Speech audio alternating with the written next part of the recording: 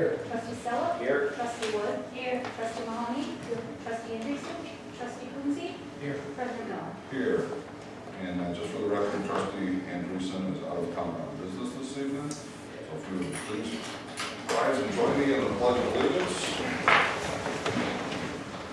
Allegiance to the flag of the United States of America and to the republic for which it stands, one nation, under God, indivisible, with liberty and justice for all. Okay, thank you. If I could have a motion to move public comments from the end of the agenda up to the top, please. So moved. Do you have a second? Second. All in favor? Aye. Okay, very good. Is there anybody here who would like to address the board this evening on anything that is not on the agenda? Yes, please. Okay.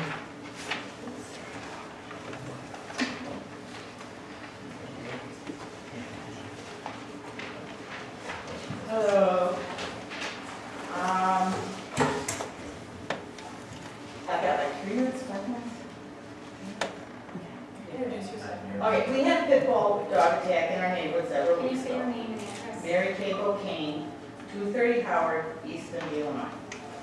The 2 pit bulls in question first were running loose and charged my neighbor on Howard, and then they went on to terrorize 2 other homes on Reese Avenue while my next door neighbor called the police. When the police cruiser arrived, it was scratched and damaged by the dogs when he tried to call them over. Then our neighbor on Reese was attacked by the same 2 pit bulls and bitten by one who ate part of her calf on her leg. An ambulance and backup were called and the dogs went home and were let in.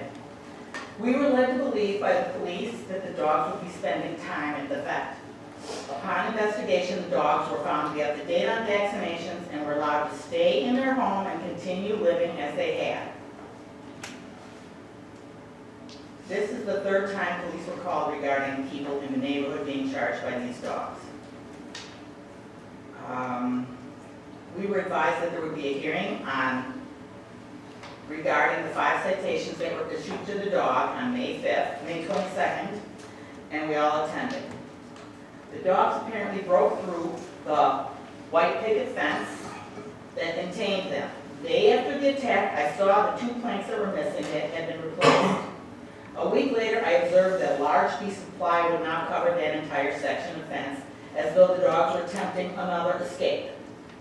Upon hearing the adjudicator, upon the hearing the adjudicator asked the dog's owner if she was pleading liable or not.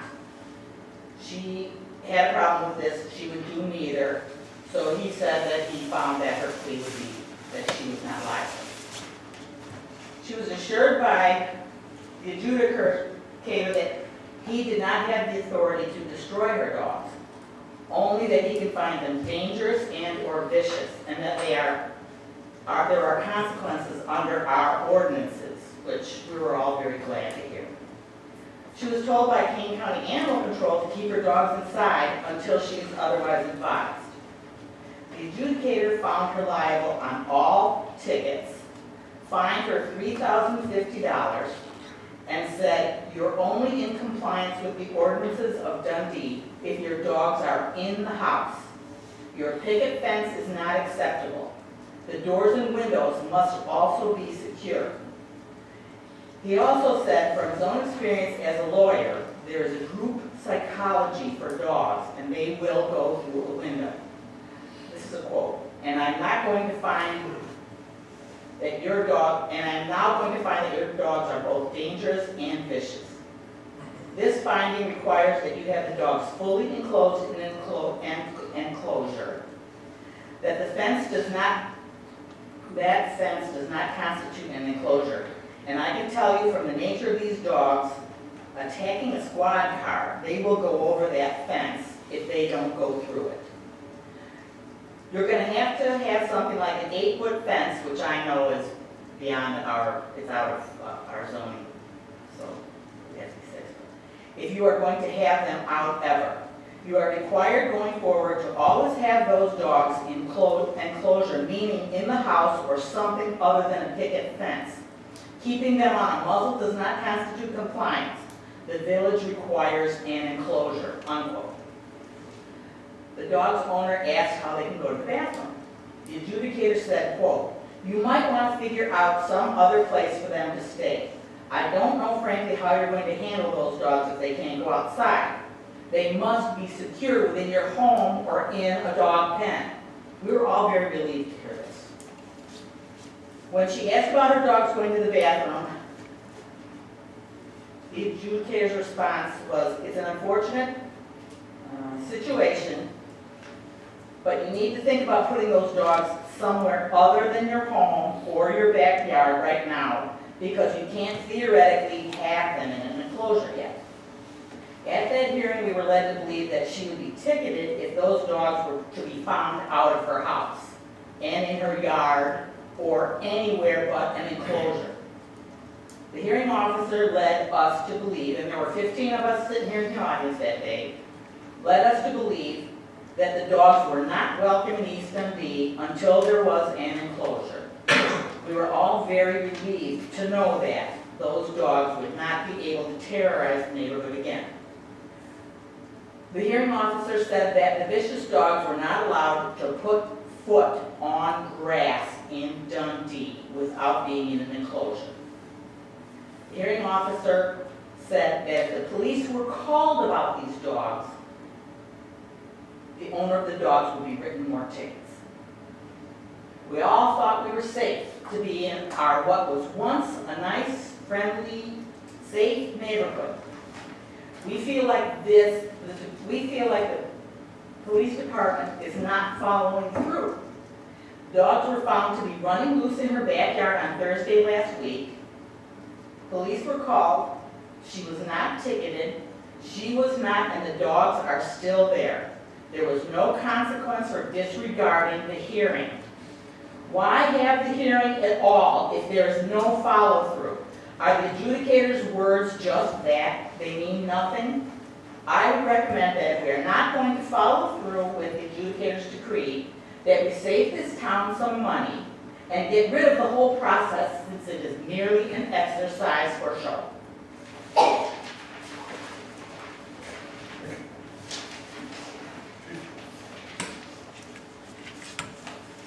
The resident is accurate in describing the dog attack.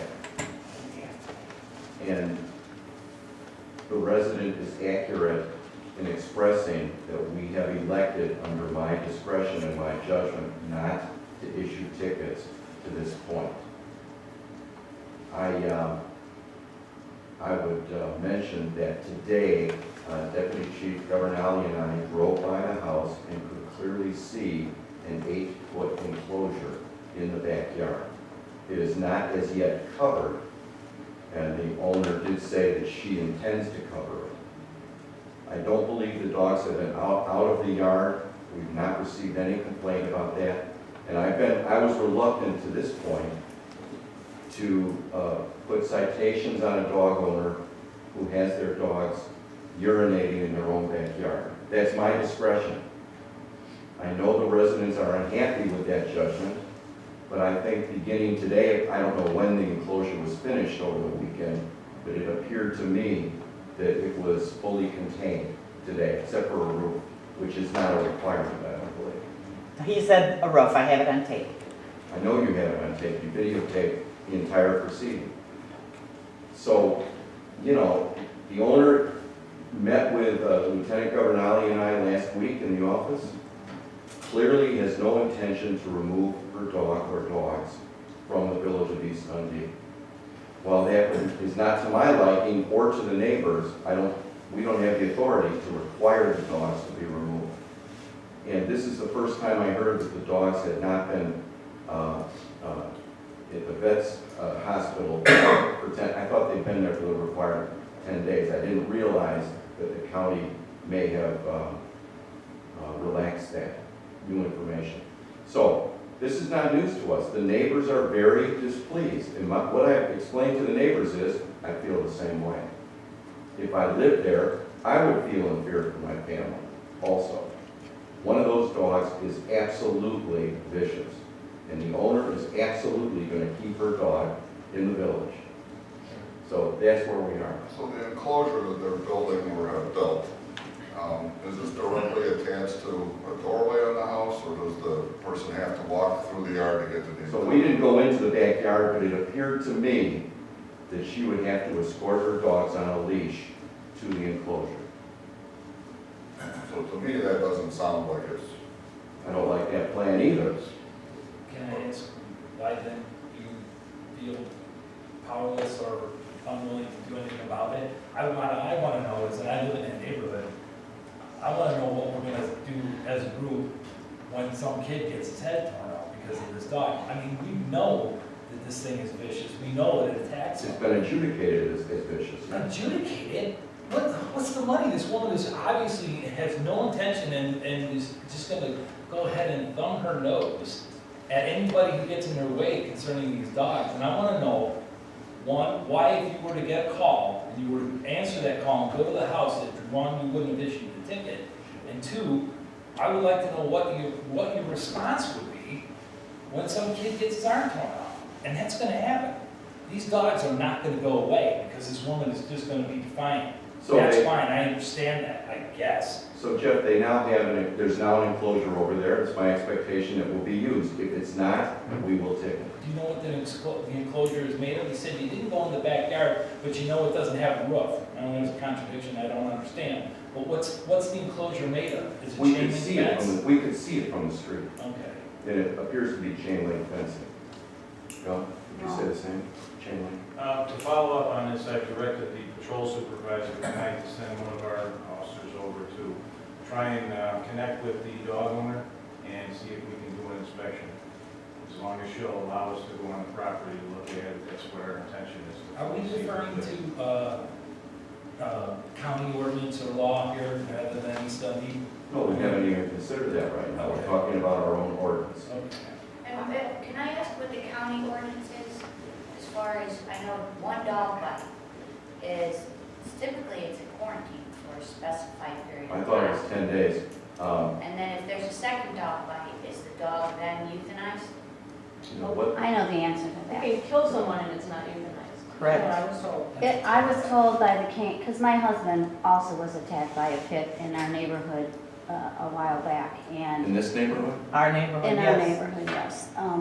And it's 3 bites, it's 3 incidents before they do make you use. Well, yeah, my 3 understanding incidents. is the dog has to be adjudicated as dangerous 3 times. If it's adjudicated once as being vicious, the county takes them to circuit court.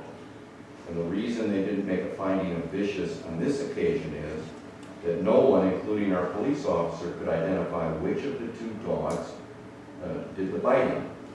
And About the victim? Eating, not The biting, victim eating. couldn't identify which dog bit him or her? right, they could not. There were witnesses there too. Nobody could. It happened quickly.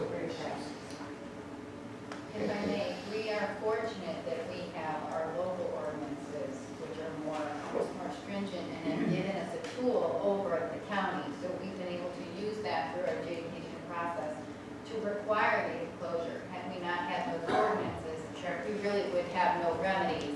And the reason being for the discretion, I just want to clarify, was the opportunity to meet with the resident and explain what the enclosure is. The adjudication hearing officer is an independent party that we hire. He provided no guidance and it doesn't have the ability to provide any guidance. So the correct thing to do is to provide the resident with the courtesy of guidance through a meeting, and that's what we were doing. And that's where the chief's discretion was in place. Now that we've had the opportunity to explain, now that we've got compliance, we're going to do the inspection. If there's a violation at this point, that's when the citation is issued. So I do feel like we followed a proper process here, but I understand that the residents are frustrated. There needs to be a roof on it. There needs to be a roof on it. That's what the adjudicator said, or is he nothing? Does his words mean nothing? There is no definition of enclosure, so we have to use our discretion on what we think will contain the dog. They can climb that chain link fence and jump out the top if they want. Yes, and we will determine that following an inspection. But our ordinance does not require a roof. The adjudication officer happened to mention a roof, but the language is vague. So it's going to be up to the police department upon their inspection to determine whether it's enclosed or not. If it was 3 foot, it would definitely need a roof. If it's 8 foot, maybe it doesn't need a roof. I mean, having a dog behind an 8-foot fence may not be possible. So they're gonna inspect it, come to a determination, but make sure that it's enclosed. We're gonna need the residents to notify us when you see that the dog is not enclosed. That's important for you to be our eyes and ears, and we will listen and we will respond. And what's gonna happen, because we already have done that, and she was not ticketed. Because they needed the opportunity to explain how to comply with the ordinance to the The residents. woman had been out of town on business. So Chief, if you guys go over tonight and the homeowner does not allow you in, do you have the right to say, we're coming in to look because we need to ensure that the ordinance is being met? Or you now basically have to go by her word that it's, I would not be comfortable going into that house without a search warrant or anything else. If the dog's in the house, why would they need to go in the house? It's well, not- Mike just said they were gonna go over and ask her if they could go. It's a request, So you- that's for, We don't, I do not anticipate that she will not be cooperative. She's gonna cooperate with us. She's been cooperative so far, in my opinion. Okay. So I don't think that's gonna, it'll be an issue. So, back to my initial question there, it sounds to me like what the adjudicator had specified was an enclosure. If the person is walking the dog out to the enclosure, there's certainly a possibility that the dog's gonna run at some point. I'd say it has to be leashed. Yeah, well, I'm just curious if there is a way of procuring that so that, for whether it's chain link fencing or something else, that the dog doesn't have the opportunity to go through the yard without being enclosed. I'm not familiar with the property now. Okay. Well, I think it would be incumbent upon the owner to ensure she maintains control of the dog while she's walking the dog to the enclosure. And that would be part of basically the responsibility of the owner, not having a tunnel to the enclosure. I think you got a owner here that's clearly incapable of accepting that responsibility and has absolutely no intention to do so. This is a problem. Right up front, she describes her dogs as her children. Oh, well, there you go. So- So Well, that doesn't mean calm that she's down. not Somebody capable. has to distinguish for me vicious and dangerous. Well, it's in the ordinance. Really? I mean, can you have a dog that's dangerous and not vicious? East Dundee's ruling was vicious. East Dundee's ruling was vicious. The county's ruling was dangerous because they couldn't make a determination on which dog to get back. So as strict as our ordinances are, is what was enforced at the local level, to the strictest of our ordinances. And we have gotten compliance. We've got the enclosure. The goal here is compliance. The requirement is an enclosure. We've gotten an enclosure. We have to inspect the enclosure to make sure that it's satisfactory. And we have to have the residents tell us if they see the dogs outside of the enclosure. The dogs were home when we thought they were supposed to be, not in the house. We don't trust what you guys are telling us is going to happen or will happen or is happening. May I want to issue an apology right now to the residents because it's my doing, my decision not to issue citations to this point, which I did describe to at least one resident last week. I was put on the spot, when will you begin? I said, I'm going to give her through the weekend to erect the enclosure. And now we're inspecting it tonight. That's good, that's good. I take full responsibility for what you're criticizing, and I apologize to you. The dogs did not get out, luckily, in the past week or 10 days. They certainly have not bitten anyone, to our knowledge. So bad things have not happened, which we're all glad about. I have a Yes. question. So there's a lapse somewhere here in the dog being in quarantine for 10 days, which is a Kane County ordinance. It is. So, but it doesn't appear in our ordinance that it needs to be, if there's an attack like that. I'll have to take another look. I don't know. Because we can't enforce something that it isn't in our ordinances, correct? We'd have to look at that, at the legality of that, because we couldn't enforce that anyway by making King County do what their responsibility. That's correct. We don't have. No, that's why I'm saying, should it be a part of, added to ours, or, number one, we need to look at why We don't have the this has to facilities to happen. quarantine the animals. Or we don't have the equipment to transport either. Correct. So we're reliant on Kane County for that function, so when something like this happens, they were notified, they did take the animals. The question is, if I'm understanding your question correctly, were they released early? I don't know the answer to that, I don't know the rationale. Or were they picked up even at all? As long as they have their shots. I don't believe they ever left the house, but she had something to say. Yeah, I don't think they have to be quarantined at the vet unless they don't have their shots. If they don't have their shots, they would require 10 days at the veterinarian or some other facility, but So they had- because they had then their to shots, get they're shots. allowed to be quarantined at their home. That's correct. Oh, okay. You know, I view this as semantics. We're getting hung up on whether or not a dog may or may not have rabies, and so we're gonna look and we're gonna put it in a room and make sure that it doesn't start foaming at the mouth. I think these things ought to be put down right now, and I don't really think, no, I know, these things shouldn't even be allowed. The woman who was bitten would like to know if the dog was rabid. It's, Yeah, I bet. yeah, You do that after you shoot it. You can test that animal whether or not it's alive, to know whether or not it has rabies. It doesn't have to be alive to do that. We don't have the ordinances in place with the authority to put the dog down. So Well, then the we county should- does, We need to put that and ordinance the in county place. does, and we have an intergovernmental agreement with Kane County to do the animal control, and they have processes. If they were to determine that one of the dogs was vicious, for example, and needed to be put down, it goes in front of a court. So what they're telling us is based on their experience, they would have lost because they can't properly identify the dog.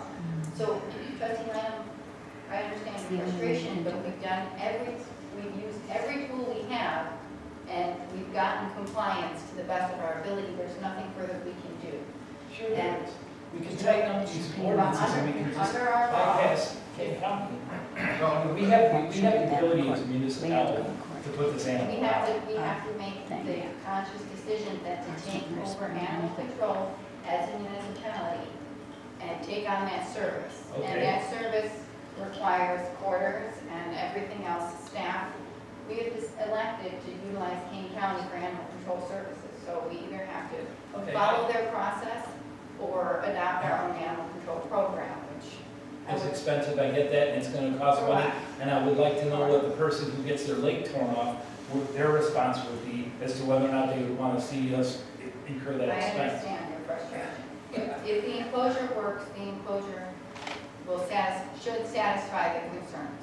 The other point I'll make briefly too would be, you have an individual that owns 2 dogs. One of the dogs bits somebody, they don't know which one it is. So you're saying it's the dog? Okay, well, nobody's identified which the dog is, and King County can't tell you which of the dog it is. So now you're saying that you're gonna go to a resident and put down both of their dogs, one of which didn't do anything.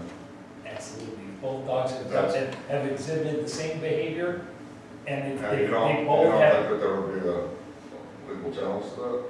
I don't know. The guy that- yeah, It's a secondary actually- issue, it's like, you know, So you're, shoot first and ask well, questions later. currently we My don't kid's have gonna this. get attacked, and it's gonna get his arm torn off, I really am not going to split hairs. I'm not on which suggesting dog that did this is it. a good situation, No, I'm I just know. saying that that's not a position that we can take. Yeah, That we don't have the authority currently to do this. okay. Taking on animal control is not a $10,000 a year. No, I get that, but I'm So gonna it's not, resign and this board. it's not like I'm saying that because it's not a matter of money, but it's Okay. also a matter of, now you're telling me that we should go duplicate somebody else's government function that already exists to the tune of millions of dollars. a No, year. because that government function is obviously not doing what it was meant to do, Well, Leo. we don't I'm know. telling everybody here now, I'm resigning this board if that dog gets out and bites another person.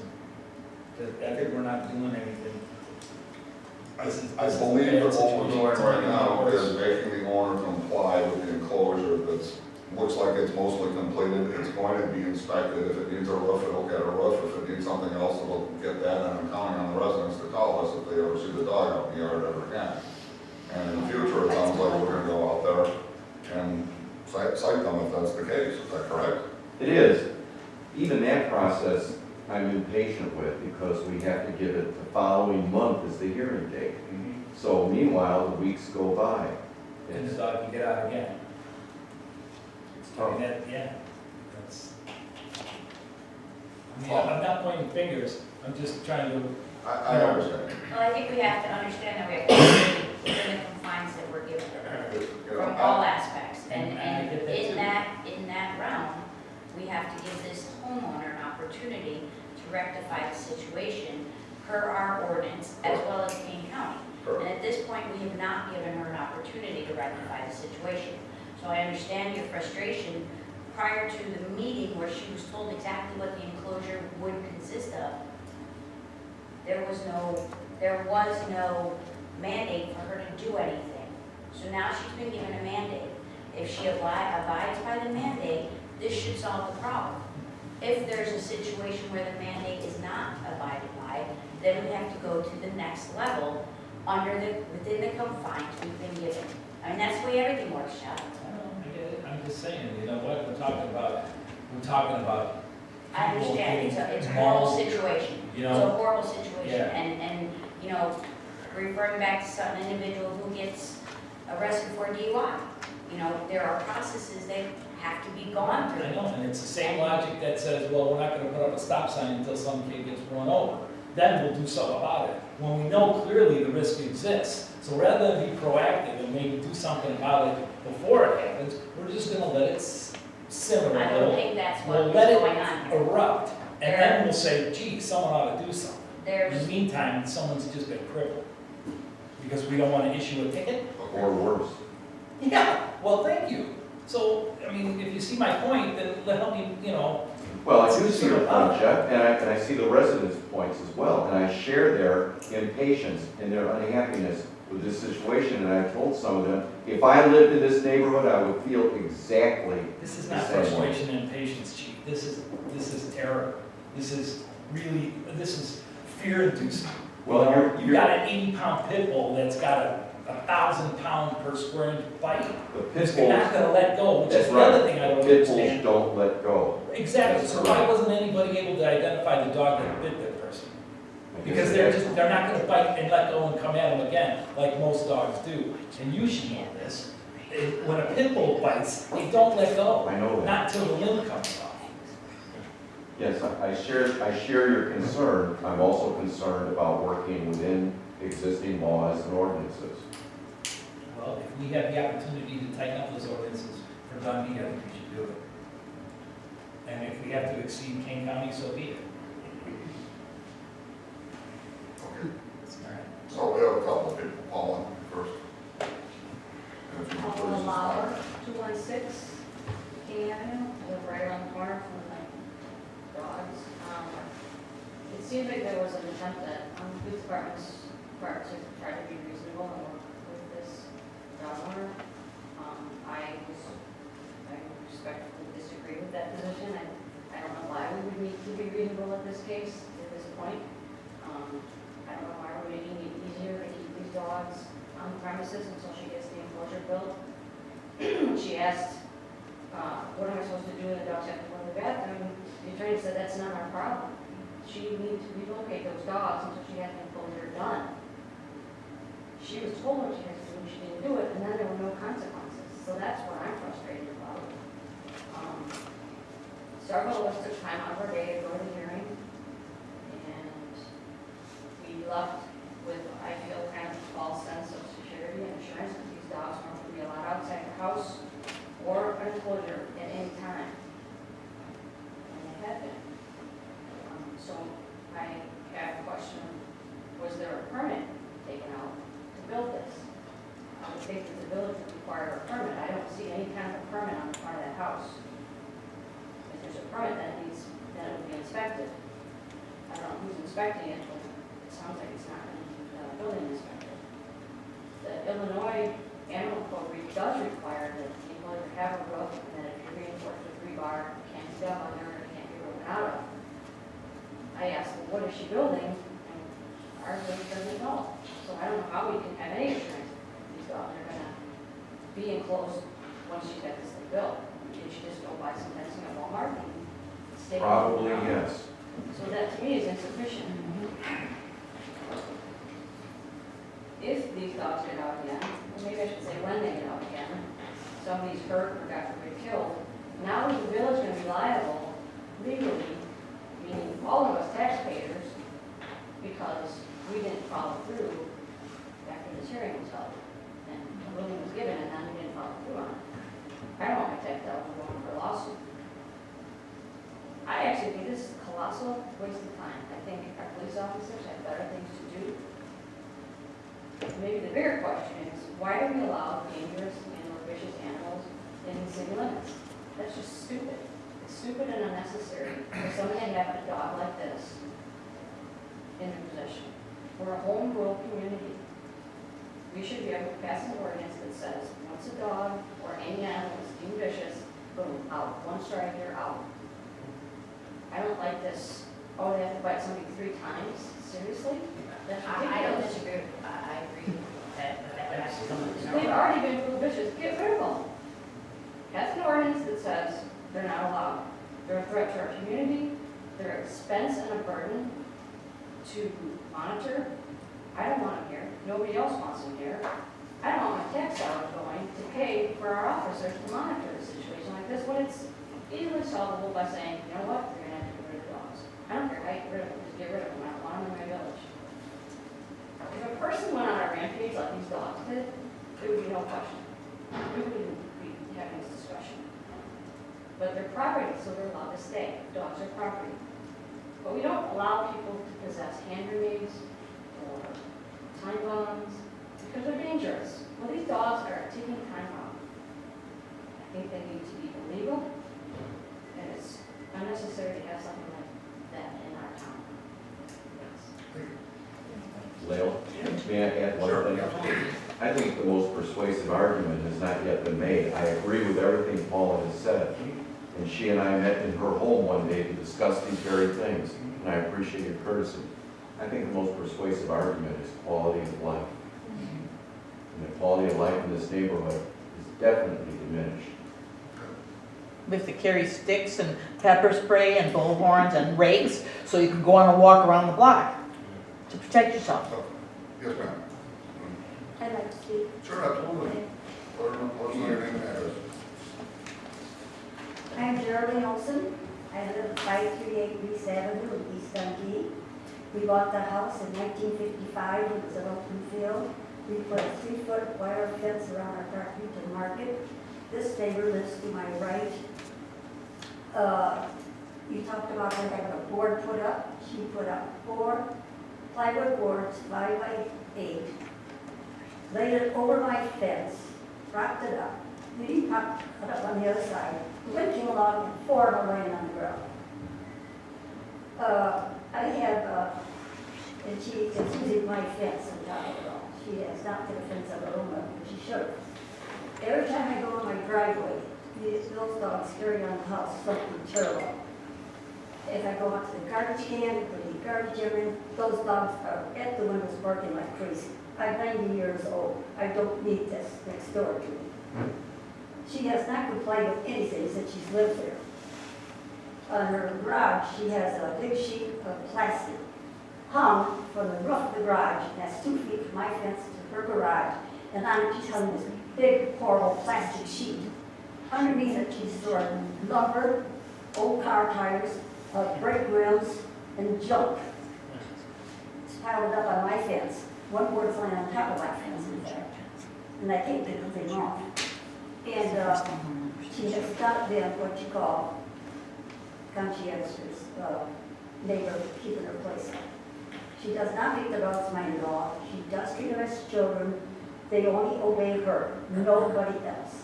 If she's not around, nobody goes in that yard. And I had a hard time going out.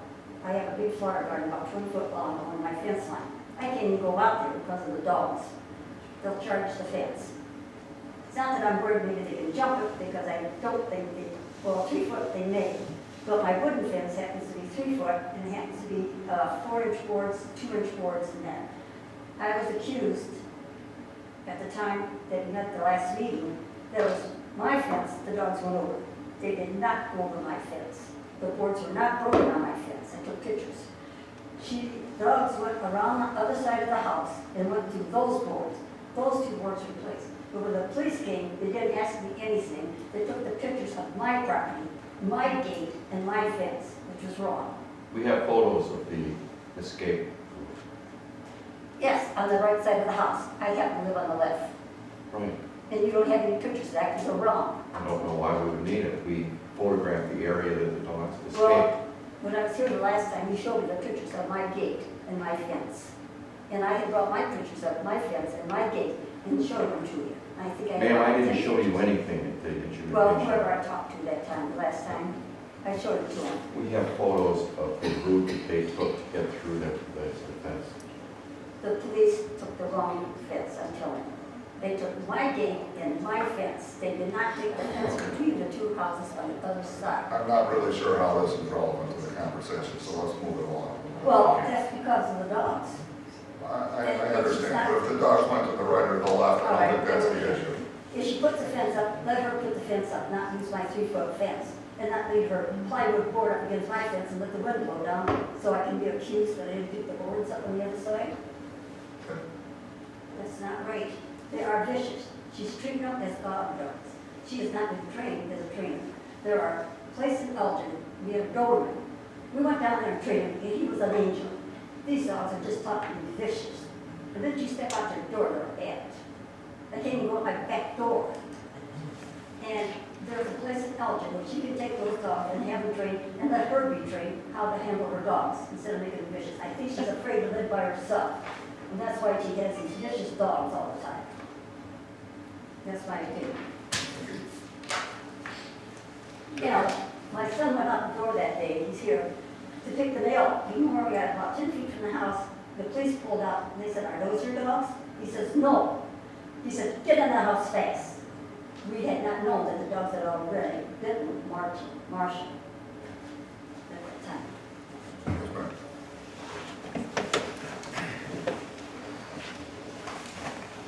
My name is Megan Gale, 601 Reeves, and I live there.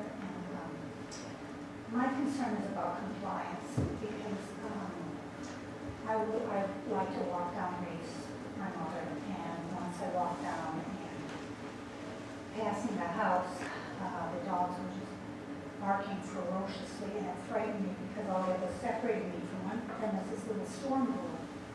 And so, you know, they're supposed to comply to an enclosure. What about, could we have them, the doors and the windows have to meet some kind of compliance too? Like maybe with the inspection, making sure that those doors and windows are safe? I'm afraid we have no authority on that.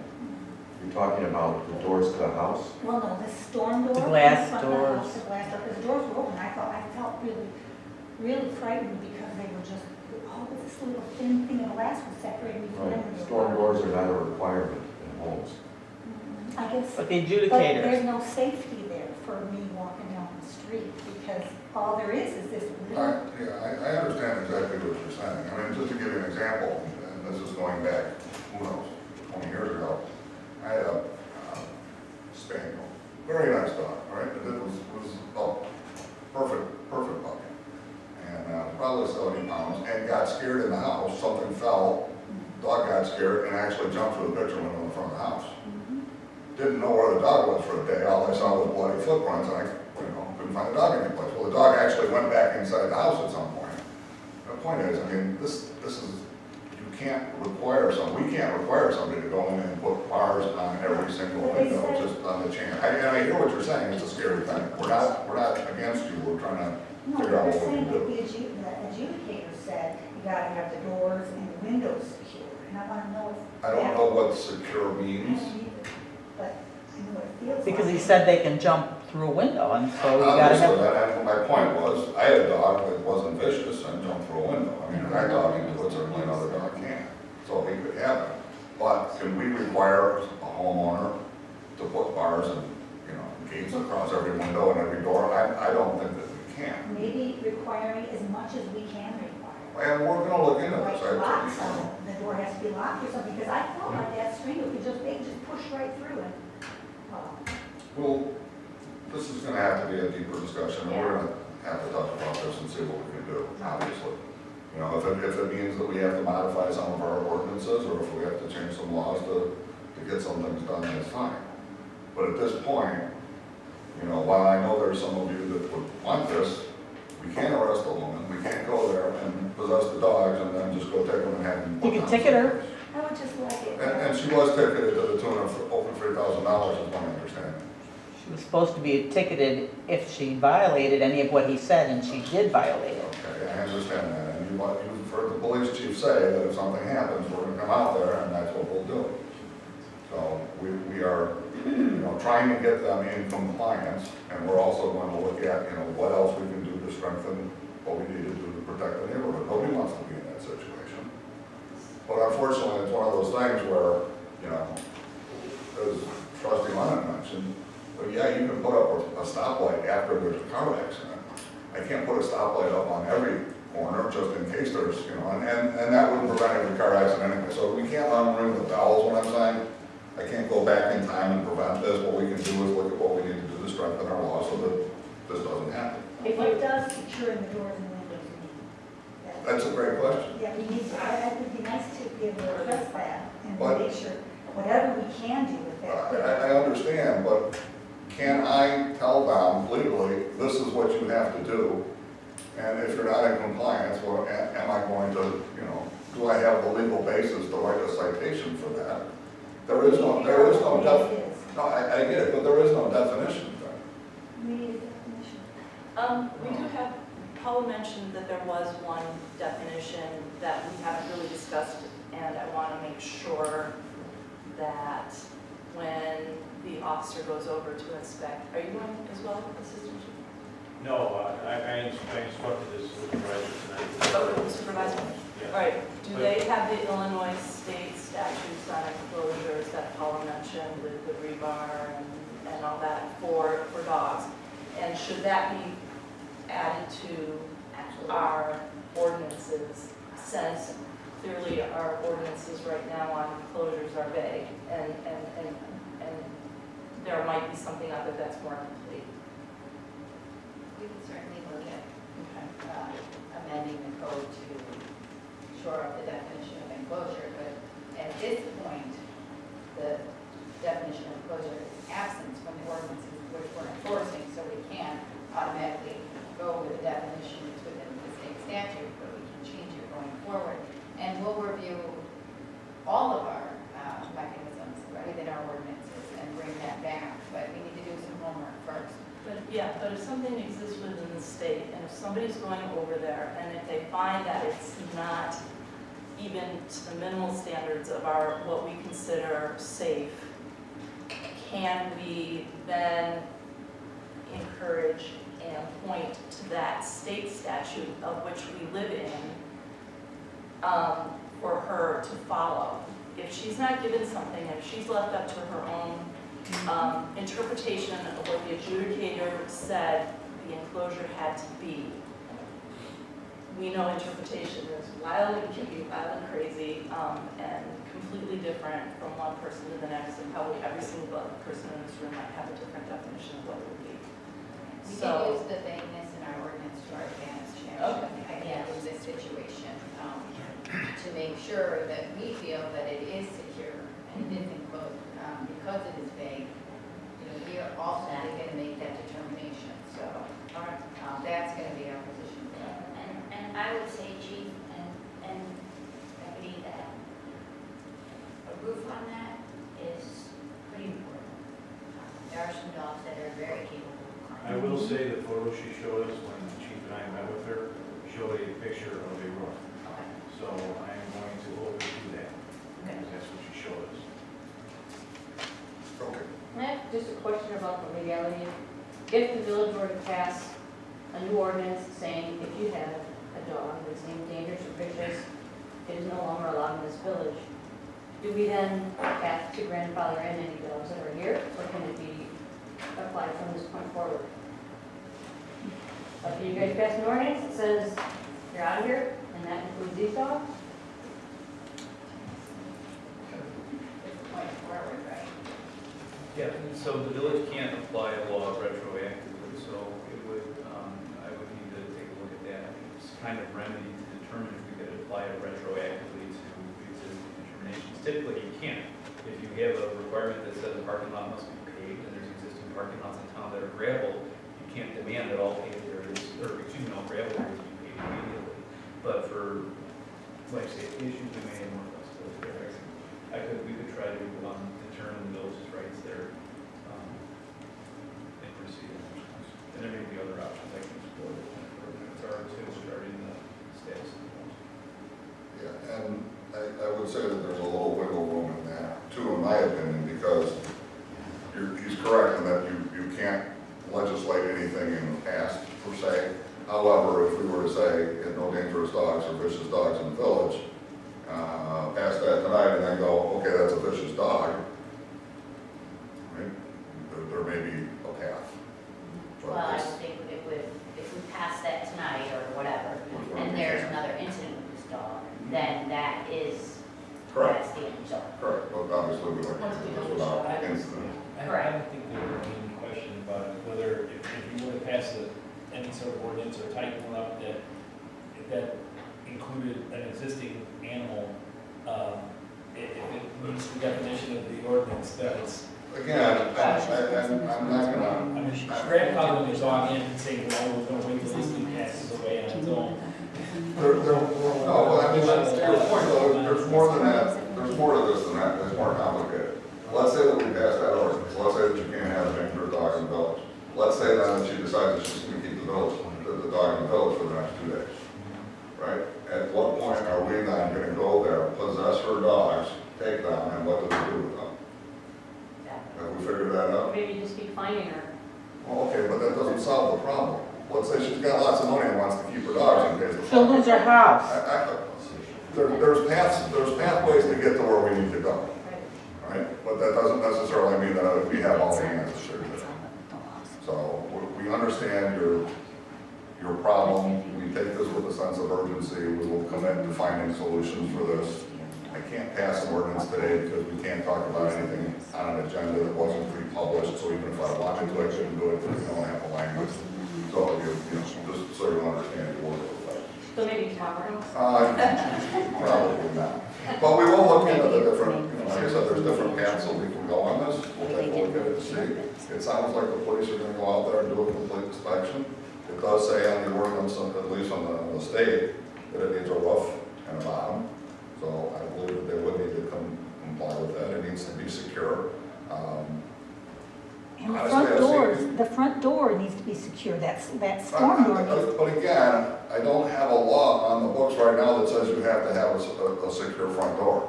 If you had a residence and The you adjudicator said that.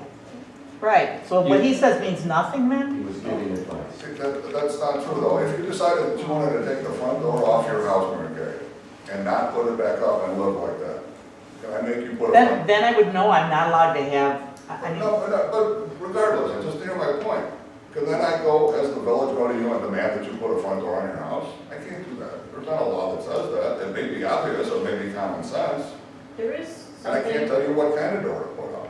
in that ordinance, it's either above or below what you're looking at. I thought there was something that said if you were And considering. this is a long wording. I'm not gonna be able to read through this and understand this all while we're talking. I'm just telling you that there is a section in there that says if you're considering a room in your house as your And then enclosure. you need an enclosure in there as well too. I No, said. well, it can't be adjacent to an outside entrance. Understood, but again, legally, do we have the right to go in there and inspect this house, you know, on the interior and make recommendations? We need some advice on this. Well, but if you're looking at the dog through a storm door, then obviously it's not enclosed in the house properly either. And again, what do we do with the animal at that point? Do we take the animal, what do we do with it?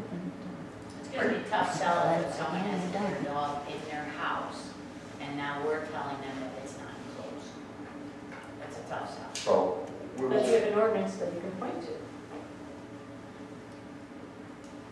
we're gonna have to get legal advice on this as well too, but again, we're gonna try and do the practical thing here and do what we need to do to help you so that you can feel safer. Okay? But it's one of those things that I'm not gonna be able to solve between now and so. so I just want to say that Marcia, the one whose leg was eaten by the dog, she's very interested in what's going on, but she can't come and sit through these Of course. because she said she's too traumatized. Of course. Now, I would like to know how we, as residents, can follow up and make sure how things are progressing with this. Well, you can talk to any one of us at any time. We're always available for you. And then, okay, and then, if those dogs, right now the dogs are allowed to be loose in the yard. No, dogs are gonna be going into an enclosure. The enclosure is being built, it doesn't have a roof on it yet, it sounds like it was under construction this weekend, and they're gonna go out and inspect it. So it sounds to me like. Because Thursday they were playing in the yard, Okay, so. today's not Thursday, today's Monday, and the enclosure was built over the weekend, so that's between Thursday and now, okay? You following me so far? No, well, So- it was so under they're gonna walk construction. the dog out of the house on a leash and put it in the enclosure, so to me, that doesn't sound like they're allowed to have the dog free roaming in the yard or anywhere else.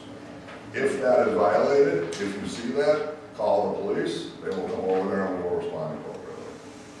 But again, as of tonight, you can't arrest a woman and put down the 2 dogs. So she'll get ticketed if they're loose in her yard.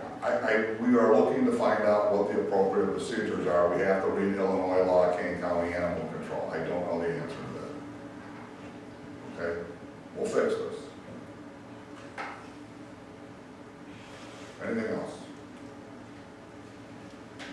Okay, well, thank you for coming and bringing this to our attention.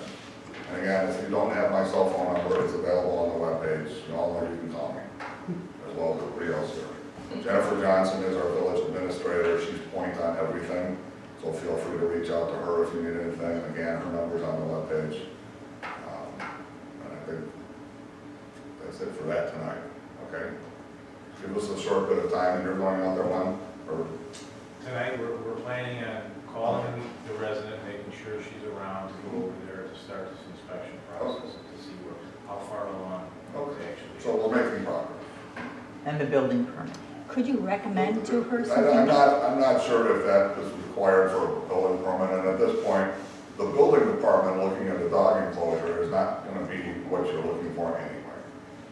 Right? They're gonna say, is it this, is it that, does it comply with the instructions that came from Menards? That's not what we're looking here. The police are gonna be able to adequately assess if this is a safe structure for the dog to be contained in. So we need to move past the, is it a building permit? That's not gonna give you what is gonna give you the safety. And frankly, if you were to go out and buy a dog enclosure at Farm and Fleet or Menards or Home Depot or whatever, it's probably just as adequate as something that's made out of rebar. A dog's not gonna chew through a chain link fence. So we need to move past that. Okay, nothing else? If you guys want to stick around for the rest of this exciting meeting, you're more than welcome. If you leave, you won't be mad. Thanks very much for coming. Okay. Moving on. We have a consent agenda. We have 4 items on there. Does anybody want to add anything to it or take anything away from it? Seeing none, Catherine, Phil, we have a motion of I make a motion to approve regular village board meeting minutes dated May 6, 2019. B, a motion to approve a motion to approve an ordinance ascertaining the prevailing wage rate for public works projects. C, a motion to approve a reduction and release of the bond held by Powell Group Incorporated for the National Tool Development Project. D, a motion to approve the reduction in the bond held by Powell Land LLC for re-subdivision of Lot 5, Terry Williams Park. Second. Kevin. Trustee Lina? Yes. Trustee Sella? Yes. Trustee Wood? Yes. Trustee Mahoney? Yes. Trustee Coonsey? Yes. All right, I messed up, so please forgive me. Anybody in the audience want to say anything about agenda items only? All right, we'll move on. We have no old business, new business. Item A, we have a motion to appoint Brandon Martin. Somebody will make that motion, please. Motion to appoint Brandon Martin as finance director treasurer for the village of East Dundee effective June 17, 2019. Second. Very good. I don't know if you'd like a brief introduction. We will be preparing a press release, but the anticipation is to do the swearing in now because the start date is June 17th and we don't have a board meeting prior to that, so. Well, very good. Let's vote on this really quickly and then we can do that. So, Kevin? Trustee Lina? Yes. Trustee Sella? Yes. Trustee Wood? Yes. Trustee Mahoney? Yes. Trustee Quincy? Yes. Very good. Motion passes. It's official. Go ahead. An oath of officer, I can introduce Brandis. This is Brandis Martin. She's going to be our finance director. She was selected amongst the candidates that applied for the position. Brandis comes from the Village of Berkeley. She recently left. I hired Brandis to work under me while at the Village of Berkeley, so I can attest to her skills, her drive, her work ethic, and her fit for the department head team. She not only serves as the treasurer in the Village of Berkeley, but she serves as the assistant village administrator, so she carries lots of responsibilities, wears lots of hats, and will be able to assist the team in many areas beyond finance. I anticipate she'll be a huge asset to the village, and I'd like to welcome Brandis to the Village of East Dundee. Welcome. Sorry about the dogs.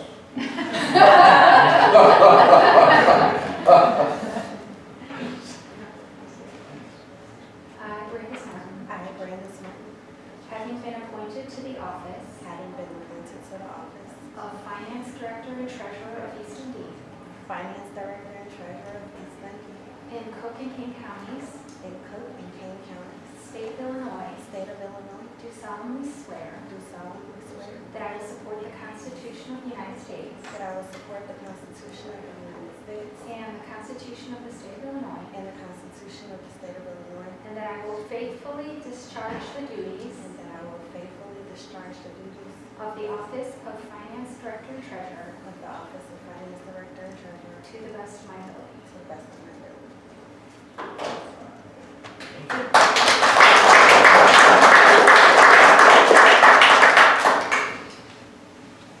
All right. Item B, new business, signing up part-time police officers. Good evening, may I introduce our Absolutely. police officer for you. Steve Bima has worked for about 30 years in municipal policing. During that time, he has earned a Bachelor of Science degree in criminal justice from Judson University in Elgin, where he was elected class president. He began his police career in LaSalle, Peru, where he worked 11 years, beginning as a dispatcher. He was then a Schaumburg police officer for 15 years. During the last 2 years that he was full-time in Schaumburg, Steve worked for East Dundee Police as a part-time police officer. He then, about 15 months or 16 months ago, accepted a full-time position with the Lake Zurich Police Department. As with our previous new officer, Mike Jikla, Steve, through his years, has a lot of accomplishments. Let me give the highlights. He is a juvenile officer. He has been a school resource officer.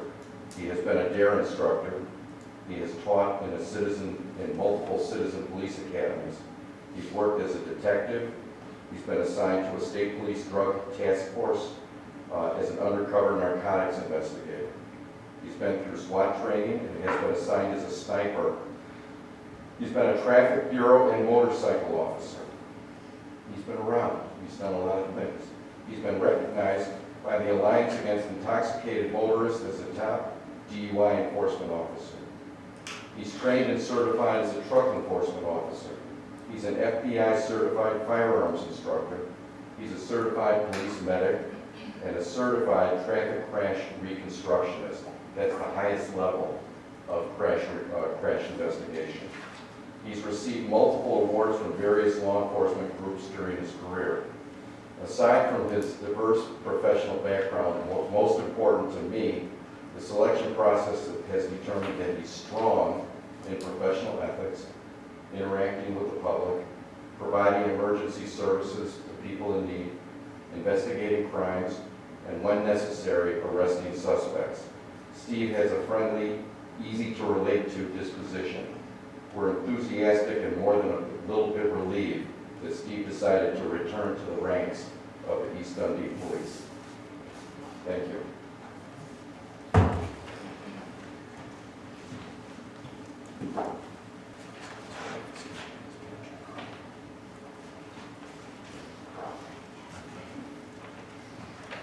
I, Stephen P. confinement, do solemnly swear do solemnly swear that I will support the Constitution of the United States, that I will support the Constitution of the United States, the Constitution of the State of Illinois, the Constitution of the State of Illinois, and the ordinances of the Village of East Dundee, and the ordinances of the Village of East Dundee, and that I will faithfully discharge the duties and I will faithfully discharge the duties of the office of police officer of the office of police officer for the Village of East Dundee for the Village of East Dundee to the best of my ability. to the best of my abilities.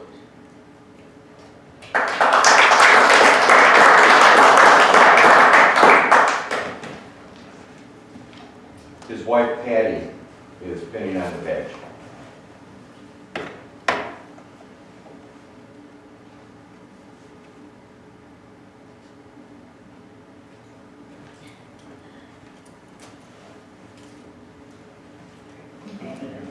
You need a signature.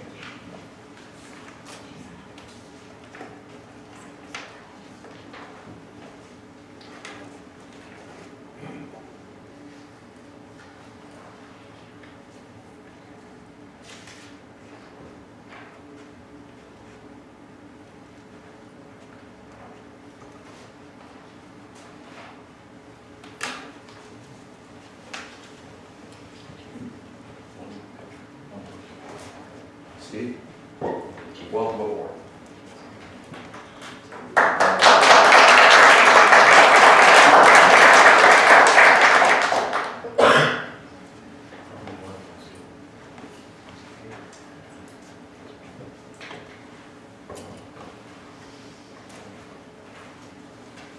Thank you very much. Okay, we'll move on with a couple of items on new business here. If you guys want to stick around, that's fine. Otherwise, go home. All right, item C, we need a motion on this one, please.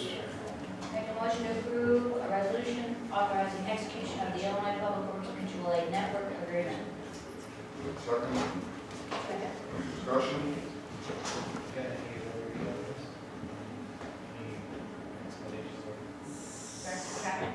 Sure. In front of you this evening is a recommendation, as you know, and certainly one of the couple things I'll add to my memo. Hopefully, we will never need to be a requesting agency, certainly. During the 10 years that IPWMAN has been implemented, they've had a total of approximately 28 mutual aid responses statewide. The most recent were in 2017, and they were tornado-related responses. As a responding agency, we have, what we'll do is provide the agency, the organization, a list of our staffing resources, primarily equipment and vehicles, and our staffing skills and abilities, if we have any particulars that we want to add to our list.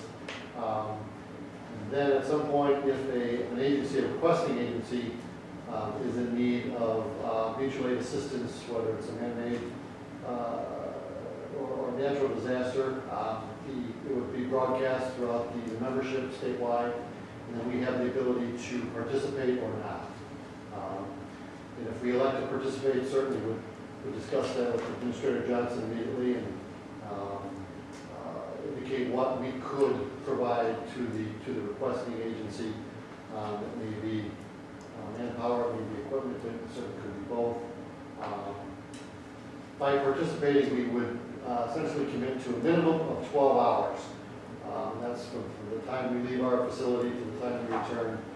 And then anything beyond 5 days, we would seek, or could seek reimbursement from the requesting agency. But essentially, we would be offering our services and equipment up to, for a minimum of 12 hours, up to 5 days, and then beyond that, we want to pursue that. So, again, hopefully we'll never need to request mutual aid assistance, but certainly it's there if we need to. But if the municipality chose, for whatever reason, not to be part of this network, they certainly would be denied assistance in the event of a catastrophe. Some of our neighboring towns are not part of IPWMAN, and if we were here in East Dundee in a situation where we needed it, we could reach out to IPWMAN, but we would also contact perhaps our local public works agencies to see if they would be willing to assist us, and vice versa. If they're not part of IPWMAN and they reached out to us, we would certainly consider it likewise. Yeah. So Seems like this is just mainly to get into this database so everybody knows what we have when we can plan to. Correct, yes. All right, Kevin? Trustee Lyman? Yes. Trustee Sella? Yes. Trustee Wood? Yes. Trustee Mahoney? Yes. Trustee Quincy? Yes. Okay, takes us to item D, if I could have a motion on this, please. I'll make a motion to approve an ordinance amending stormwater control and detention regulations, King County Stormwater Management Ordinance.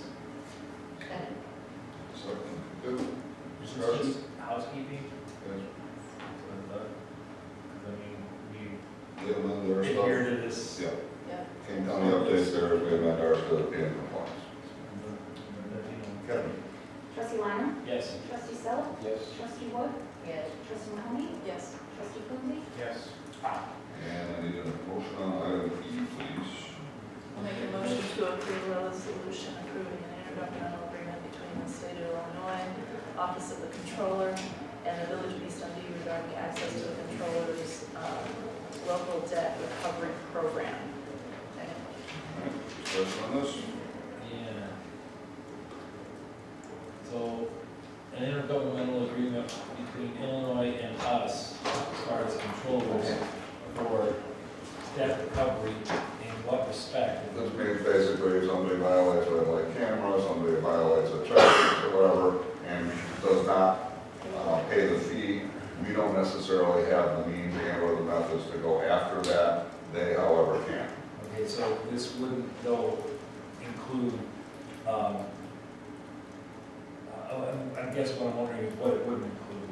Because I mean, if it's gonna, if you're in violation of an ordinance in a municipality, what you or would ask for the help Correct. to get it. There are specific debt that the village can ask for, and then there are specific revenues that the state can use, like income tax refunds and video, the gaming proceeds, gambling proceeds. So we are limited, if you want to elaborate on what we are limited to as far as the types of fees. So, for the most part, it's parking tickets, red light camera. It can be, stormwater utility fee if you have the tax collection. What it isn't is if you're using something else to collect. So, when I was at the city of Champaign, we had delinquent homeowners that wouldn't mow their lawn. So we go out and mow the lawn and issue them a ticket for $250 or whatever it is, right? Before going into the local debt program, the city used a lien against the property if they failed to pay. Because in most cases, it was a foreclosure or something occurred that there was no payment. A lien is kind of a longer term process to get that back, especially for a low dollar amount, right? You're looking at $150 in the mowing. So instead of using that process, because the state won't let you use the local debt recovery if you're already using the lien process. So then we switch that and we would no longer lien the property to do that. So they have kind of steps in place that you're only using them as the collector, and there isn't like 7 different ways that you can collect. This is the way you would collect on the debt for those items. So one source of the collection be tax returns? So the largest source actually is gaming, or gambling, and then that one's picked back up because for a while it was off of the list of what they could do. But then income tax is I personally thought the municipalities that I was at, that the income tax is the highest part of the year where you get returns. So if I had a $100 parking ticket and I turned in my income taxes and I get back $300, the state would hold the $100 plus their $20 to $35 fee. And then I would get the difference back. Then I have 60 days, because they send you a letter of how they offset your return, to look at what I've been offset for. And if I paid that parking ticket and I have proof of it, I have 60 days to then say, here's my proof, my documentation, send to the state will contact the local government. So then East Dundee would look at the backup and say, yep, they did pay it, we pull that offset, they get their money back. If they have no documentation or no proof that they paid, and it reaches that 60-day mark, then the state would issue the payment to us, so then we would get our $100 for that parking ticket. So there's kind of multiple steps in place before you actually get the funding for the person who's been put to say, no, wait a minute, I'll pay you, or I'm not sure that's accurate. Is this set up by legislation, this program, or? Yeah, so they put it in place in, I think it was December of 2011, so it's, for programs for the state, it's relatively new, but it's been in use for a while now. They've kind of fixed some of the, tweaks at the beginning of it. It was in one of the cities that did it pretty early on. And I guess that's kind of my concern, is that I don't necessarily trust the state of Illinois to be a good faith debt collector. I worry, especially these red light cameras, that they might threaten people with suspension of license or something like that if they don't pay. Maybe not now, but you're saying that they tweaked it already, could they tweak that in the future? So the biggest kind of safety in place for this is, one, the state isn't kind of taking any authority for the violation. They're simply just acting as kind of a pass-through mechanism, which I get concerned in the future they can change the program, but right now, they're simply acting as the collector. They take it on, they have no, they don't do any legal interpretations or anything on that debt. They send it back to us. We're kind of the final say on whether or not something should be collected or not once it's at that offset point. But for the state, they're very encouraged to, because they do have their portion of the administrative fee. So it's been a successful program for the state, and they've been promoting it a lot because they do make money as a state because of that additional section they put onto it. So they have their administrative fee. I haven't seen anything change how they've operated from the beginning of the program being placed to now changing theory or the practice. The tweaks have been, this Excel spreadsheet didn't work, so now they have a portal we go to. So they fine-tune kind of the procedure, not so much the And the policy. administration fee is $20? It ranges, I think it was $20 to $35. But they'll tell, in the offset, you get a letter, and it tells you exactly what they've offset you for, how much is offset. The red light camera was the program we were going to start with first because there's about $50,000 you have an outstanding that we haven't received payment, even using our third-party red light camera vendor. But I'm sure you're all you guys are very conservative. The police department's very good at looking at all those tickets, and we only basically authorize about 8% of the tickets that actually come through on your red light camera. So it's of that 8% that they approve that you have outstanding. So there's a significant portion of those red light tickets we don't even validate before it even go to the city for collection. And Trustee Lindsay, just to clarify, the red light camera violations go through the adjudication hearing process. So they have the opportunity to basically appeal. They watch it, and at the hearing, the adjudication officer makes the ruling on what actually happened. So that's where the authority rests for the violation itself.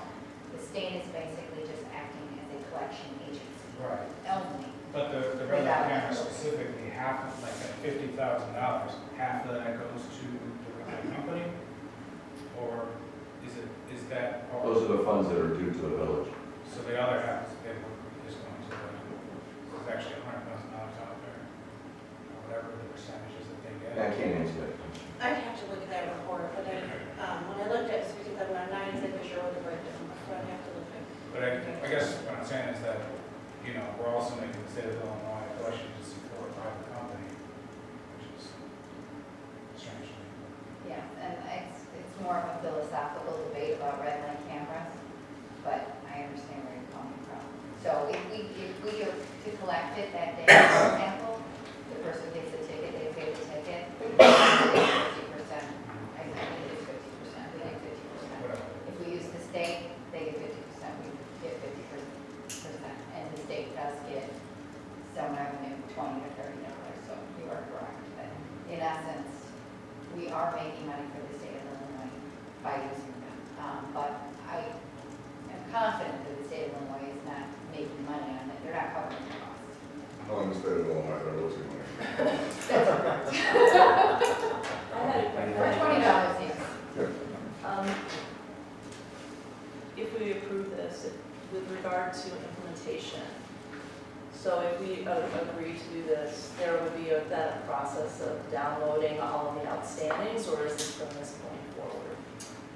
We We can go back up to 7 years, so we intend to do that, but we don't think that this is going to be administratively, it's going to be a burden. We think we can absorb that. It's certainly better than writing off the debt, so we'd like to try to collect it in this way since we haven't been able to collect it.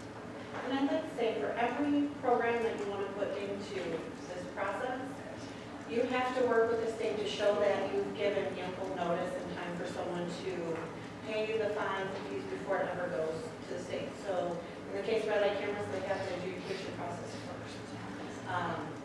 You know, the example Chairman stated, mowing, usually there's a letter, a second letter before it ever goes to the state. So there's time ahead of time for someone to pay before it goes into this program. Then they get notice that they're in the program, you know, that they have to offset. There's time to also protest it then before it ever ends up as an offset, you know, payment to the village for that. So there's multiple steps in which the resident, or actually in cases, a lot of the like parking tickets we found were for out of the city, so non-residents, that we ended up getting paid because they weren't there in town, and so this was a way to capture someone who lives in the state, just wasn't in the city. And those, that $50,000 around the red light camera laws, what are we doing now? Use a collection agency. We do, so the last report I saw, so the red light, the third party administrator for the red light camera does try to collect.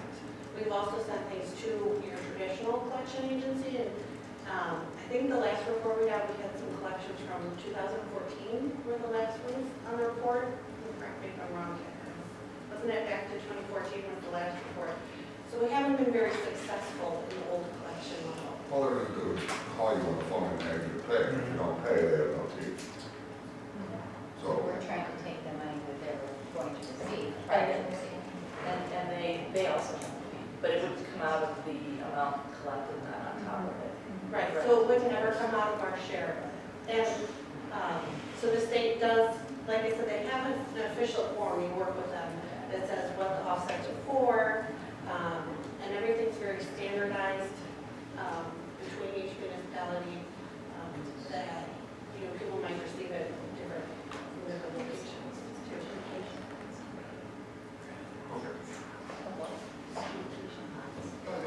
anything else I need? Kevin? Trustee Allen? Yes. Trustee Settle? Yes. Trustee Wood? Yes. Trustee Mahoney? Yes. Trustee Coonsey? No. Very good. Financial reports you have in your packet. I have no report this evening. They're on the table. Trustee, Trustee Sell. No report. Trustee Mahoney. 2 points. Chief, I was wondering if, have you been contacted by Hoffman Estates about the Spring Awakening this weekend? We have a meeting Wednesday morning with them. Yeah, just as an FYI, there is a huge festival coming to Sears Center starting on Friday, Saturday, and Sunday, and the expectation of crowds is enormous. So it used to be held downtown in the city, and I ran across an Elgin police officer at a graduation party this weekend, and They'll give us the details, but I'm led to believe there's going to be at least a couple of hundred police officers working. Yeah, Will not involve East Dundee. right. Okay. So they're gearing up. Yeah. Yeah, all right. So we're aware of it, but we're not participating at this point. That's correct. It's an informational meeting for us on Wednesday. All right, good. Also, based on the news that came out of the state this last week with passing the marijuana laws 1/1/2020, I was wondering if there was any laws on the record here about having dispensaries in the village limits or grow houses, that type of thing. We were approached a number of years ago. Yeah, we had several people approach us for both dispensary and or growing operations. The board was in favor of those for medical marijuana at the time. Neither of them panned out for various reasons, none having to do with the village. I don't know if we have any ordinances per se on the book, but this would probably be something we would need to, even if we did, it would have to be amended simply because this is a different Right. It's a good point. You said As, that. just like with anything else, whether you like it or love it, if it's legal in the state of Illinois, you cannot prohibit things. I can't say you can't sell cigarettes, and I can't, I'm getting it. Yeah. I can't say you can't have an adult bookstore because those are all legal in the state of Illinois. We can, however, restrict them to, you know, certain locations. Exactly. So the board can certainly have to have, you know, we can have a discussion as to what your thoughts and feelings are about that. And we're working on materials for all of our clients, municipal clients in this regard, so we'll be sharing those with Jennifer and staff, which can serve as a springboard for your policy conversation. Right, the other two things that we should probably discuss at the same time is local municipalities have the opportunity to add up to a 3% tax on this. State of Illinois is gonna take, I forget what the numbers is, it's 15, 25, and 30 or something, depending on the product. So that would be one thing. I would guess that we would want to catch a revenue off of that, as opposed to just let it go. And then what was the second thing? Yeah, I mean, we'll need to talk about locations, some other things. So, Chief, let me ask you, does the law enforcement community have anything in place that's going to be a reliable gauge to determine levels of marijuana within the system?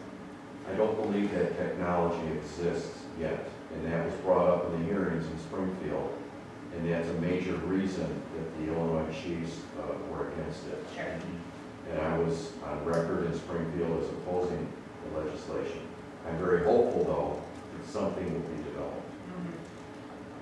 Yeah, and it's legal for home use, not necessarily for public use, and not in vehicles. You can't be driving. Right. So there are, obviously, if you find somebody in a car, and it's just like if they were intoxicated. It's like if they had a beer in a car. Exactly, so Same I mean, they will need to put in place certain Sure. laws for that. Yeah, you know, the East Dundee Police, make a pretty fair number of arrests for marijuana in vehicles. Sure. My anticipation is that may increase because people may mistakenly believe that it's legal. But if you like open the container too, you would be able to do this in the public square, correct? Correct. Okay. Correct. So, So, you know, I don't know if we would, I would be curious to learn if we would be able to restrict location, simply because it might fall under the same sort of. location as for use, or umbrella as is for like sales. No, where a store or dispensary would be able to be located within a town. I think you might have a hard time doing that for that very reason, because it would be comparable to alcohol sales, tobacco sales. Wait a minute, Yeah, liquor store would be in the corner. I also don't know, first of all, in full disclosure, the law just passed and it's 680 pages, so I haven't had time to read it all. So you're still working on the motor? Still working on that, now I got the dog thing going too here, so. Yeah, so there's a lot I haven't, I can't tell you the answer to, there's a lot I can. There's a lot of things we'll have to work out. Can we, just like we can with the gaming, can we say, I'm gonna limit it to 5 downtown or 6 downtown? Or can everybody wants one open it up? Because I guarantee you everybody sees this as a money-making opportunity. Well, if it's like gaming, will a municipality have the ability to say, no, we don't want it at all? No, we can't. We can't. No, we can restrict it in certain zones, but just like again, and a perfect example is going to be tobacco products. You know, you can say what you want to do with vape and what you don't, and tobacco products, it's a legally saleable item in the state of Illinois. You cannot restrict that, no matter what your feelings are. I think the difference with the marijuana sale is going to be that regardless of where it's located, people are going to go to it. And As opposed to a liquor store that could be out of the way and one that's on the way, that you're going to the on the way one. well, and keep in mind too, and again, this is the part that I haven't finished completely, was if you want to sell alcohol in the state of Illinois, there are steps that you have to take to do that. Same thing with tobacco. Sure. There are going to be more steps that you would have to prove as a business owner that, you are capable of doing this. And So I think they're going to slow walk this and, take their time and get it right. But yeah, all the municipalities in Illinois are going to have to look at this and come to some determination. And I'm sure we're going to all want to do different things. I don't think they've still resolved the actual right, that's my next question. Because the money cannot be deposited in the federal bank. It's still a federal crime to grow and or to possess. She's talking about taking all cash It business. is. It is. That should deposit it or take, you can't write a check or a credit card to purchase, I guess. You can't You So, can't deposit it in the federally in a insured federally banks. insured, in a federally insured bank. Right, and they're correct, because that runs afoul of federal banking laws, so it regulates a scheduled drug. There was discussion in Illinois of the state operating the bank to generate some profit from these businesses. Actually, I don't know, Wow. it's protection too, because it's not a federally chartered, it would not be a federally chartered institution, so the Correct. state could make money off of the license holders. That's like, It was under discussion. seriously. Let's start a bank in Dundee. Seriously. It'd be government. I'm not tasking, All you need is a savings. I'm tasking your committee. So, okay. Keep tasking us, You done? Sam. And the last thing is I definitely, I know it's top of mind, but I want to reiterate that we should be looking at, and if we need to do with the dog ordinances and the vicious dog ordinances. My dogs are my kids. However, I've walked my dogs past a house in Carpentersville where there was a dog that was taken away from its owners because it did attack a kid on the street. So I can see both sides of the story, and I appreciate, Chief and everybody else trying to stay within our prescribed means, and tools that we currently have, but I think that we need to be looking at it a lot closer and to learn from the lessons that we are learning. Yeah. That's it. President? Yeah, well, I know I got a bit animated about the conversation with the dog thing. Thank It's you. very unlike me, but I got some experience with this pit bull thing, and it's not good. And I'm telling you, man, this is something is a powder keg. I mean, and I don't want to see, administrative hair splitting, be something that's going to slow down a viable solution to this. And I don't want to see someone else coming in here and maybe because of either our inaction or our slow action, have the village be liable for this. Someone's got to come in here and they're going to lose a leg out of it, or worse, and I'm telling you, I've seen this, it's not good. We need to get in front of it. Agreed. Again, going through the Illinois law on this, it sounds to me like everything is under the jurisdiction of the county. I don't know if we can duplicate or want to duplicate that. I'm also, That's typically because they have the quarantine facilities. correct. So. And veterinarians on staff and the other thing. But, for example, if the dog's found to be a, and we're gonna get off topic here for just a second. The dog's found to be a vicious dog, etc. Dog is subject to enclosure. If an owner fails to comply with these requirements, the animal control agency shall impound the dog, and the owner shall pay a $500 fine plus impoundment fees, etc. Judge has the discretion to order a vicious dog be euthanized, etc. And then it basically says,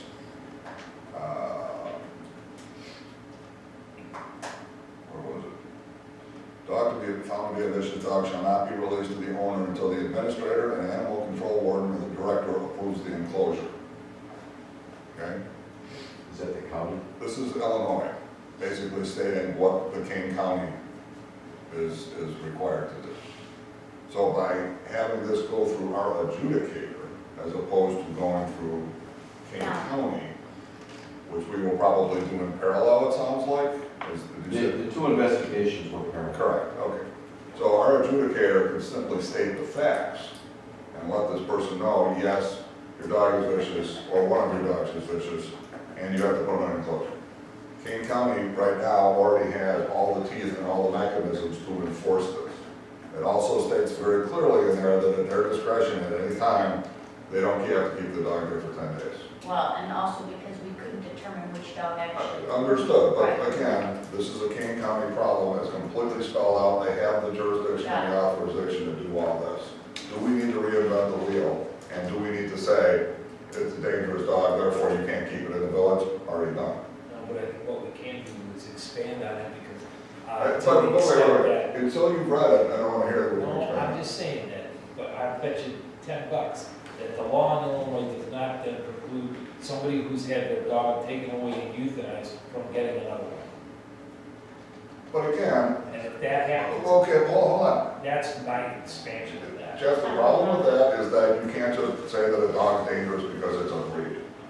Yes, you No, can. you can't, because according to the state, according to this, Absolutely. no, because according to that, German Shepherds are a dangerous dog too. And I had a German Shepherd for 14 years, there's nothing dangerous about it, it's how you raise the dog. So I have a So I'm not gonna, As part of our Kane County agreement, I'm sure we have a contact there that we talk to. about Absolutely. Our concerns, and maybe annoy them a little bit about Scott, their action. after this happened on April 9th, at the next police staff meeting that Jennifer attended with us, the head administrator for Kane County Animal Control attended the meeting and spent a good amount of time talking to him. Since then, I've kept in regular communication with him.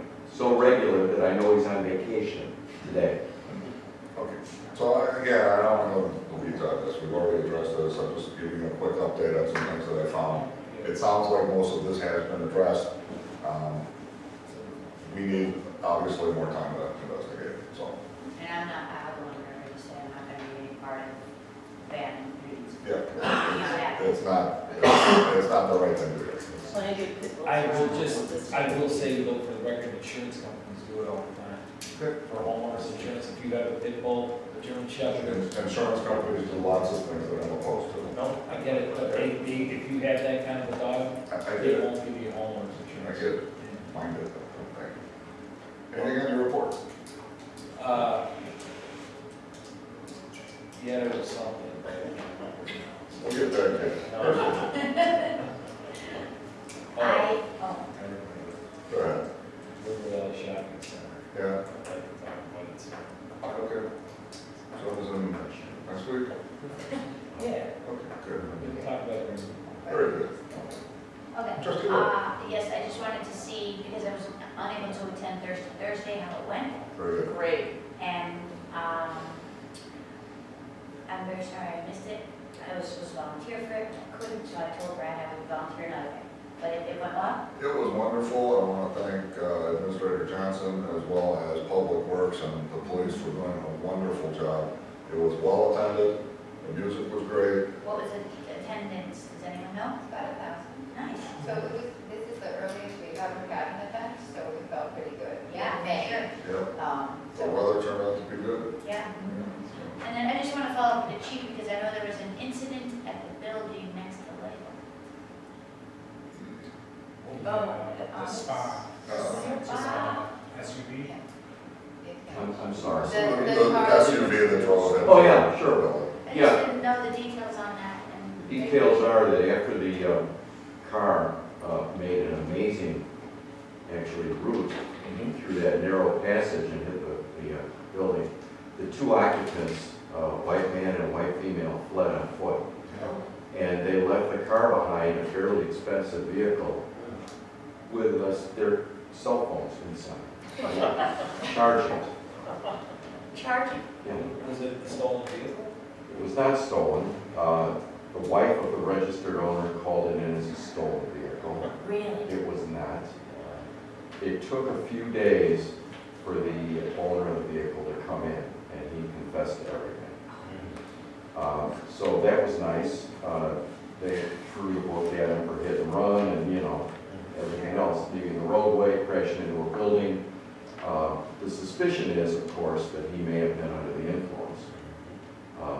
He had gotten it, his story was that he got into a dispute with another motorist and someone crashed a beer bottle against his car and he left the roadway and hit the building. On the outside, it does not look like terribly substantial damage, but I've been told that there's going to be some real To the building itself, you're talking? to the building itself, Yes, right, that's- right, right. I understand. Yeah, several interior studs were bounced out of position. That needs to be Doesn't look reset. bad from the outside like the chief said.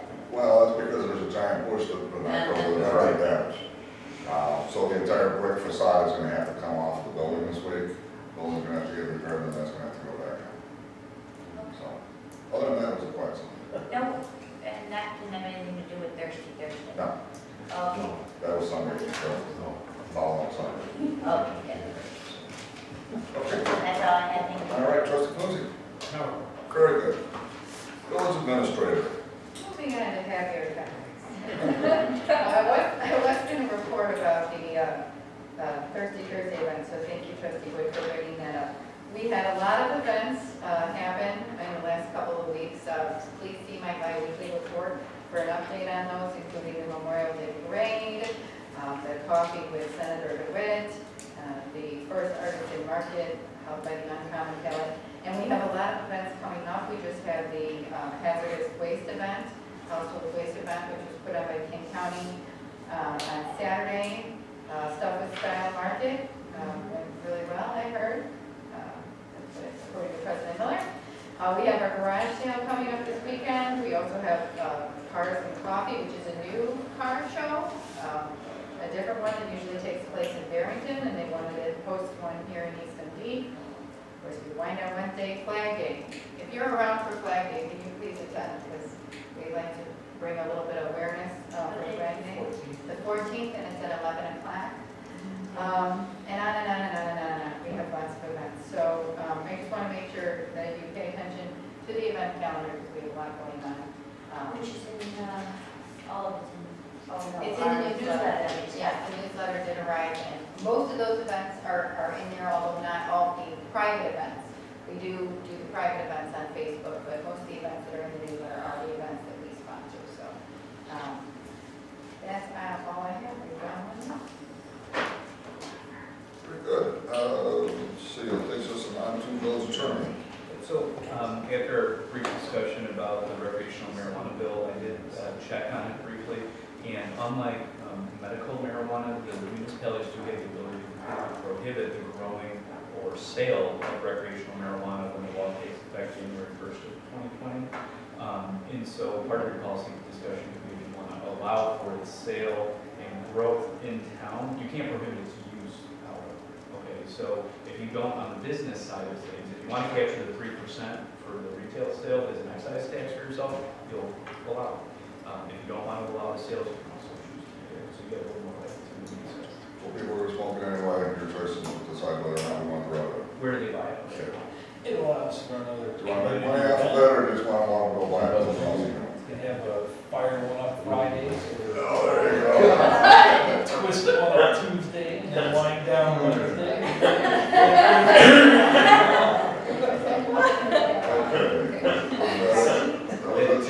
All right.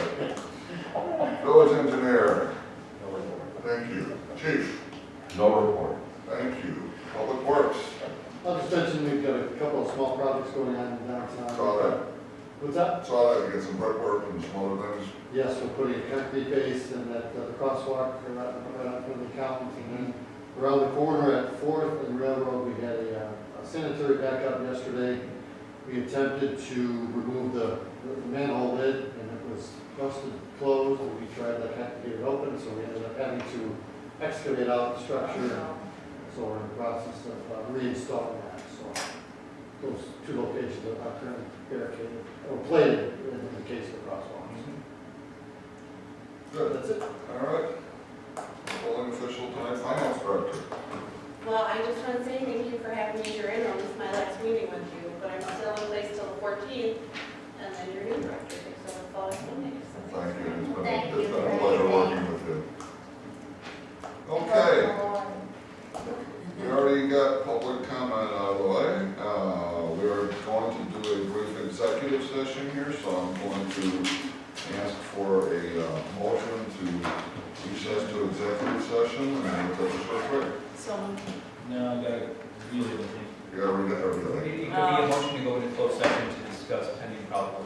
I'll make a motion on the adjourn to public, to executive session close to the public and media under the provisions of the Illinois Open Meeting Act by ILCS. This one will be C11 pending litigation.